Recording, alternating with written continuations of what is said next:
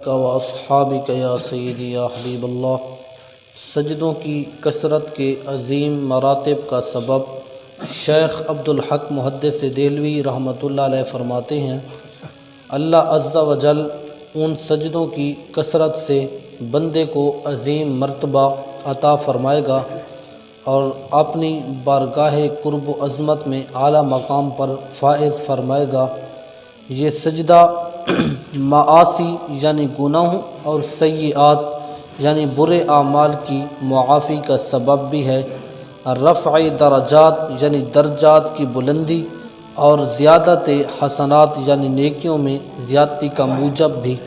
اور یہ سجدہ ان دونوں طریقوں کے ذریعے بندے سے ضرر و نقصان کو دور کر کے اسے نفع سے ہمکنار کرتا اور فلاح اور نجات سے بہرہور کرتا ہے۔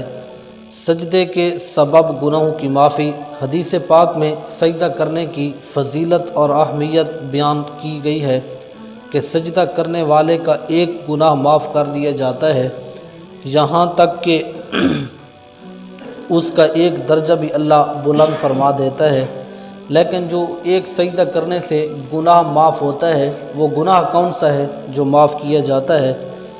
مفتی احمد یار خان نعیمی رحمۃ اللہ علیہ فرماتے ہیں، معلوم ہوا کہ سجدہ گناہوں کا کفارہ ہے، مگر گناہوں سے مراد حقوق اللہ کے گناہ صغیرہ معاف ہوتے ہیں، اور حقوق العباد ادا کرنے سے تب جا کے وہ معافی ملتی ہے، اور جو گناہ کبیرہ ہے وہ توبہ سے معاف ہوتے ہیں۔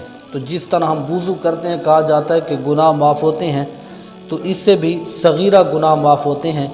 جنازے کو کندھا دیا جاتا ہے تو گناہ معاف ہوتے ہیں۔ تو یہ صغیرہ گناہوں کا حضور علیہ السلام نے تذکرہ فرمایا ہے، لیکن جو بڑے بڑے کبیرہ گناہ ہیں وہ توبہ کے بغیر معاف نہیں ہو سکتے۔ اگر آپ نے بندوں میں سے کسی کا حق مارا ہے تو جب تک اس بندے کو راضی نہیں کرو گے اس وقت تک وہ گناہ معاف نہیں کیا جائے گا۔ سجدے سے متعلق بزرگان دین کے احوال و اقوال۔ سجدہ ایک عظیم عبادت ہے۔ بزرگان دین رحمۃ اللہ علیہم سجدوں کی کثرت فرمایا کرتے تھے۔ چند بزرگان دین کے احوال آپ کے سامنے رکھنا چاہتا ہوں۔ روزانہ 1000 سجدے۔ حضرت سیدنا علی بن عبداللہ بن عباس رضی اللہ تعالی عنہم کے متعلق منقول ہے کہ آپ ہر روز 1000 سجدے کرتے تھے، اور لوگ انہیں سجاد یعنی بہت زیادہ سجدہ کرنے والے کہتے تھے۔ آپ کا نام ہی مشہور ہو گیا کہ سجاد، سجدوں کی کثرت کرنے والے۔ جوانی کے سجدے قابل رشک ہیں۔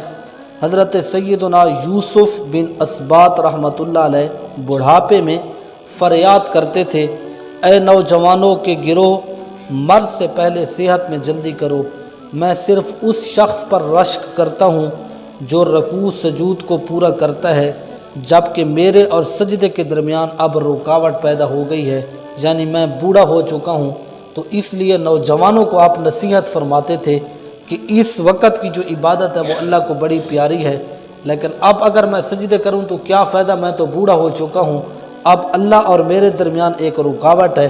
میں سجدہ تو کرتا ہوں لیکن وہ مزہ نہیں آتا جو جوانی میں آتا تھا۔ حضرت سیدنا مسروق رحمۃ اللہ علیہ فرماتے ہیں، مجھے اللہ عز و جل کے لیے سجدہ کرنے کے سوا دنیا کی کسی چیز کے چھوٹنے پر افسوس نہیں ہوتا۔ ایک مومن کی یہ بھی نشانی ہے کہ جب نماز رہ جاتی ہے کسی بامر مجبوری تو وہ اس پہ شرمندہ ہوتا ہے اور فوراً توبہ کرتا ہے۔ تو یہ جو بندے کی صفت ہے یہ اللہ کو بڑی پیاری لگتی ہے کہ میرا بندہ اب گناہ کر کے شرمندہ ہو گیا ہے تو اللہ تبارک و تعالیٰ نام اعمال میں کئی نیکیاں لکھ دیتا ہے۔ تو اس لیے حضرت مسروق فرماتے ہیں، دنیا کا کوئی کام بھی مجھ سے رہ جائے مجھے افسوس نہیں ہوتا، اگر مجھے اللہ تبارک و تعالیٰ کے حضور سجدہ کرنے سے کوئی چیز رکاوٹ بن جاتی تو مجھے اس کے چھوٹنے پہ بڑا افسوس ہوتا۔ سجدہ میں قرب الہی کی زیادتی ہے۔ حضرت سیدنا عقبہ بن مسلم رحمۃ اللہ علیہ فرماتے ہیں، بندے کی کوئی خصلت اللہ عز و جل کو اس سے زیادہ پسند نہیں کہ وہ اللہ عز و جل سے ملاقات کو پسند کرے۔ بندہ اللہ عز و جل کی بارگاہ میں سجدہ کرنے کے علاوہ کسی گھڑی میں اس کا زیادہ قرب نہیں پا سکتا۔ جتنا سجدے کی حالت میں بندہ اللہ کے قریب ہوتا ہے اتنا اور کسی وقت اللہ کا قرب بندے کو میسر نہیں ہوتا، سجدے میں دعائیں زیادہ مانگی کرو۔ حضرت سیدنا ابو ہریرہ رضی اللہ تعالی عنہ سے مروی ہے کہ بندہ اللہ عز و جل کے سب سے زیادہ قریب تر ہوتا ہے اس وقت جب سجدہ کرتا ہے، لہٰذا اس میں دعائیں زیادہ مانگا کرو، اس لیے کہ سجدے کے جو لمحات ہیں وہ اللہ کے قرب کے زیادہ قریب ہوتے ہیں، اور اللہ تبارک و تعالیٰ کا قرب بندے کو میسر ہوتا ہے۔ تو سجدوں میں رو رو کے اللہ سے دعائیں مانگو، تو یہ قبولیت کی علامت ہیں۔ اللہ تعالیٰ سے دعا ہے اللہ تعالیٰ ہم سب کو سجدوں کی کثرت کرنے کی توفیق عطا فرمائے، آمین ثم آمین۔